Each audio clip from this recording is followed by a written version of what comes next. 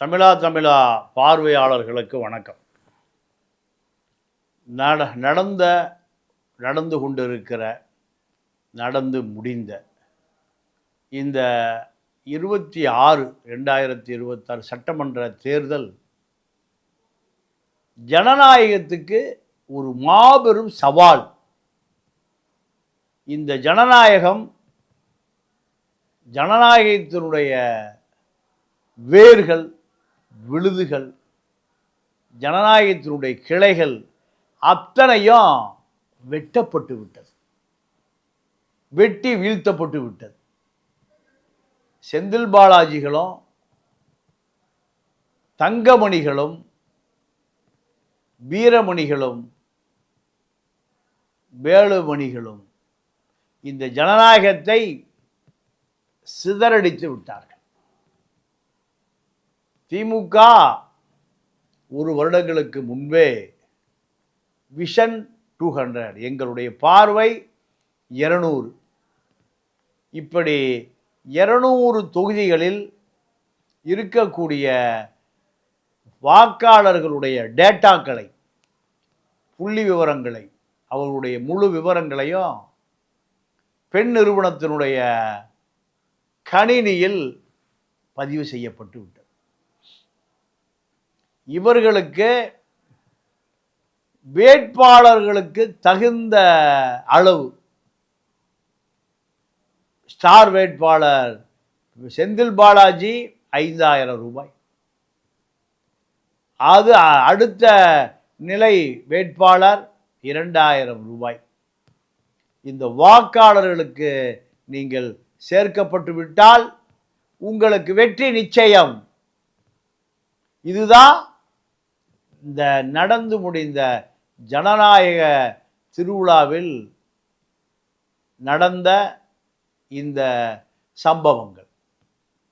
இந்த நாடு ஜனநாயக நாடு என்று சொல்லுவதற்கு, இங்கு ஜனநாயகம் தலை தோங்கி இருக்கிறது என்று சொல்லுவதற்கு, இந்த சட்டத்தை இயற்றுகிற அரசியல் கட்சிகளே அதிகாரத்தை பிடிப்பதற்கு அதையெல்லாம் தூர தூக்கி எறிந்து விட்டது.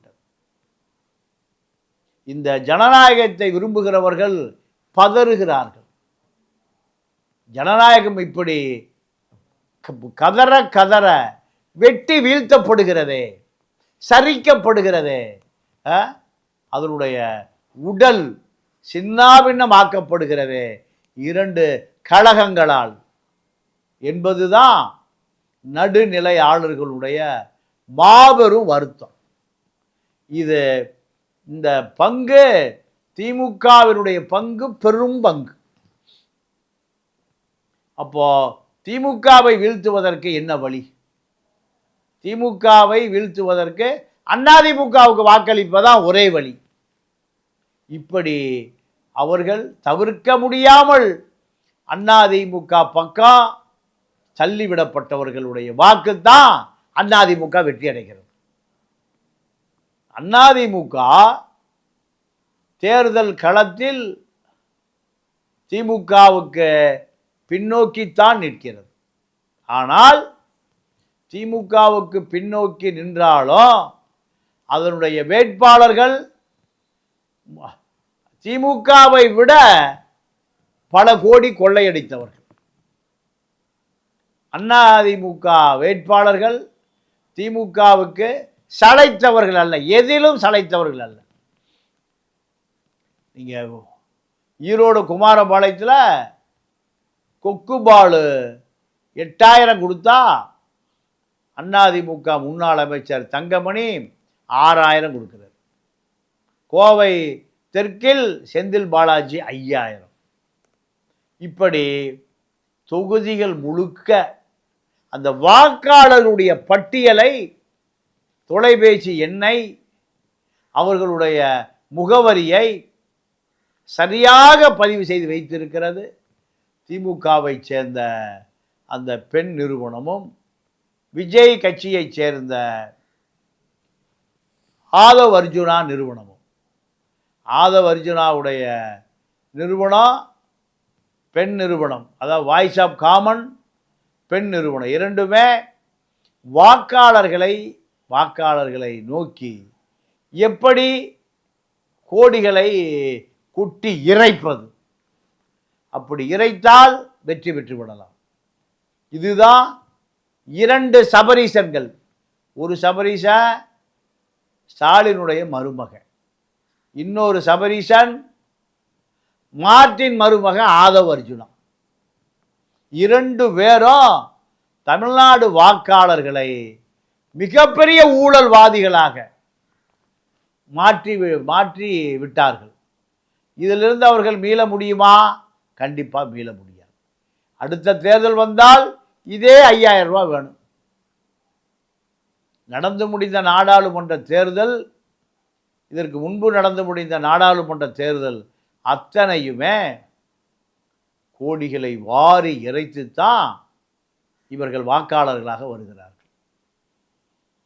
ஜெகத்ரட்சகன், ஏசி சண்முகம், துரைமுருகன், இப்படி யாரை நோக்கினாலும் ஒரு சட்டமன்ற உறுப்பினர் தொகுதிக்கு 10 கோடி ரூபாய், 6 சட்டமன்ற தொகுதிக்கு 60 கோடி முதல் 90 கோடி வரை. இதுதான் தேர்தலை தீர்மானிக்கிறது, வாக்கு வங்கியை தீர்மானிக்கிறது. இது ஒரு அபாயகரமான போக்கு இல்லையா? இந்த அபாயகரமான போக்கை தடுத்து நிறுத்துவதற்கு இந்திய நாடாளுமன்றம், இந்திய சட்டமன்றம் ஏதாவது திட்டம் வைத்திருக்கிறதா? ஏதாவது சிந்தனை இருக்கிறதா?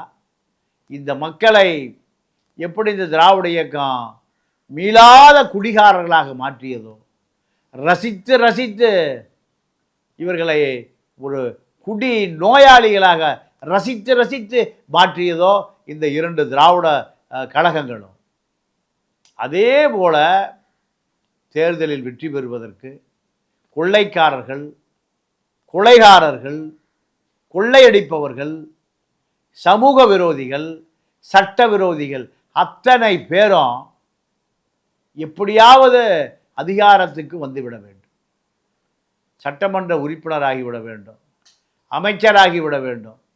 இதுதான் நோக்கம். இவர்களுக்கு என்ன தகுதி இருக்கிறது? சட்டமன்ற உறுப்பினர் ஆவதற்கும், அமைச்சர் ஆவதற்கும், சட்டமன்றத்திற்குள் போவதற்கும் பணம் இருக்கா? 50 கோடி ரூபா.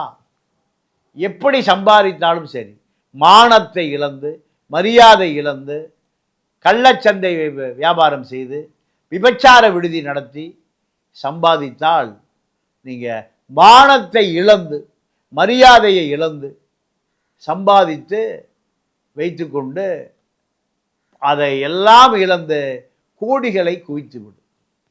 அந்த கோடிகளை வைத்து இழந்ததையெல்லாம் மீண்டும் பெற்றுவிடும்.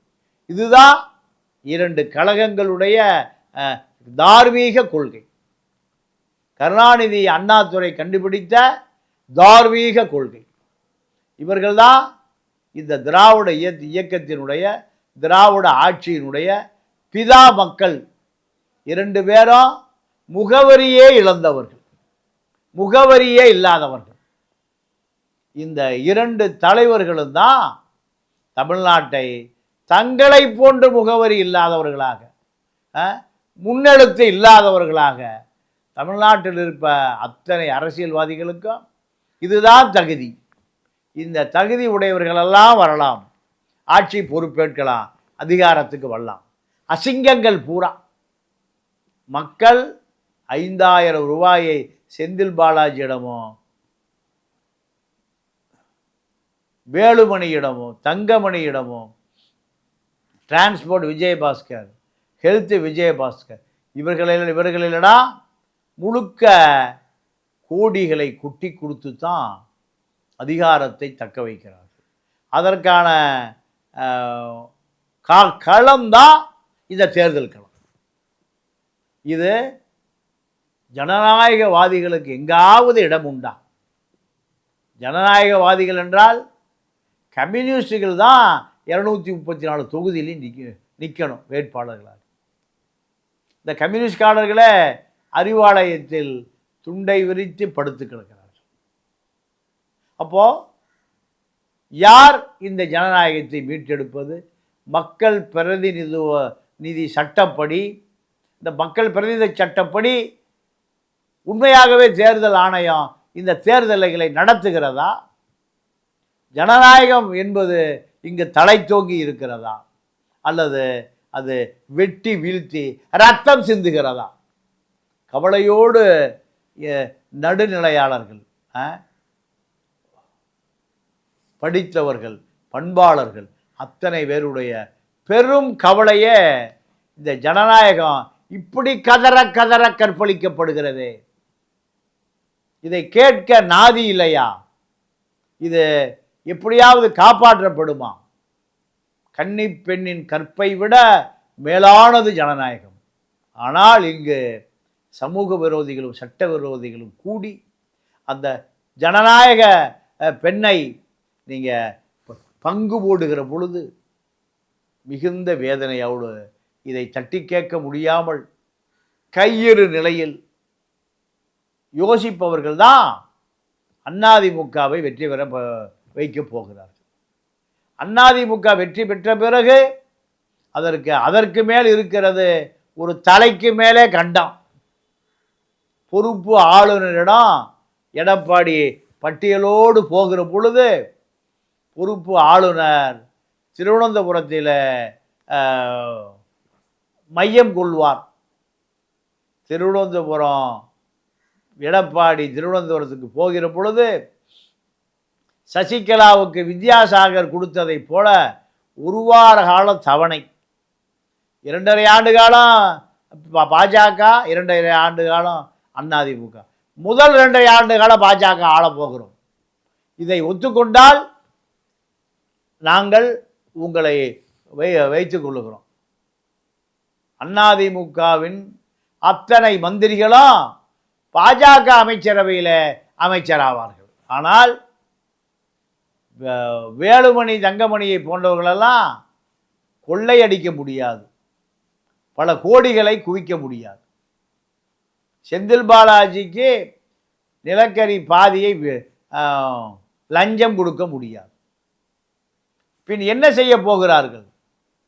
அதற்கு பின்னாலே ஒரு பெரிய கூத்து இருக்கு. பாஜக ஆட்சி அமைந்த பிறகு அதிமுக ஆட்சி அமையுமா? திராவிட இயக்கம் முற்றுப்பெறும், முழுமை பெறும், அழிந்து போகும். திராவிட இயக்கம் அழிக்கப்பட வேண்டும், ஒழிக்கப்பட வேண்டும். பாஜக செய்வதை விட 2 மடங்கு கொடூரங்களை 2 திராவிட இயக்கங்களை செய்திருக்கிறது. அதிமுகவுக்கு ஒரு ஸ்டெர்லைட், அதிமுகவுக்கு ஒரு கோகிலவாணி பஸ் எரிப்பு, அதிமுகவுக்கு ஆறுமுகசாமி ஆணையம் சொல்லுவதைப் போல ஜெயலலிதாவுடைய மர்ம மரணம், இப்படி பல விஷயங்கள். சாத்தாங்குளம் அதிமுகவுக்கு, திமுகவுக்கு அஜித் அடித்து கொல்லப்பட்டது, அஜித் போன்று பல லாக்கப் கொலைகள். இது பாஜகவை விட கொடுமையான அதிமுக, திமுக இரண்டையும் மாற்று சக்தி கொண்டு மாற்ற வேண்டும். ஒரு மாற்று சக்தி வேண்டுமென்றால் இந்த 2 கழகங்களை விட அணில் குஞ்சு கழகம், தற்கொலை இயக்கம் ஆட்சிக்கு வருவதற்கு தயார் நிலையில் வைக்கப்பட்டிருக்கு. பாஜகவினுடைய அரசியல், விஜயினுடைய அரசியல், திமுக அதிமுக அரசியல், இந்த 4 அரசியலும் தமிழ்நாட்டில் இனி பின்னி பிணைந்து தான் அதிகாரங்கள் தக்க வைக்கப்படும். இந்த அதிகாரங்கள் அத்தனையுமே தமிழர்களுக்கு எதிரான சனாதன அதிகாரம். இதையெல்லாம் முடிவுக்கு கொண்டு வருவதற்கு தமிழ் தேசிய அரசியல், தமிழனுக்கான அதிகாரம், சனாதனத்தை எதிர்க்கக்கூடிய, ஒழிக்கக்கூடிய ஒரு புதிய சக்தி எழுந்து வர வேண்டும் என்பதுதான் அத்தனை தமிழர்களுடைய தலையாய விருப்பம். அது தொடரும். நன்றி, வணக்கம்.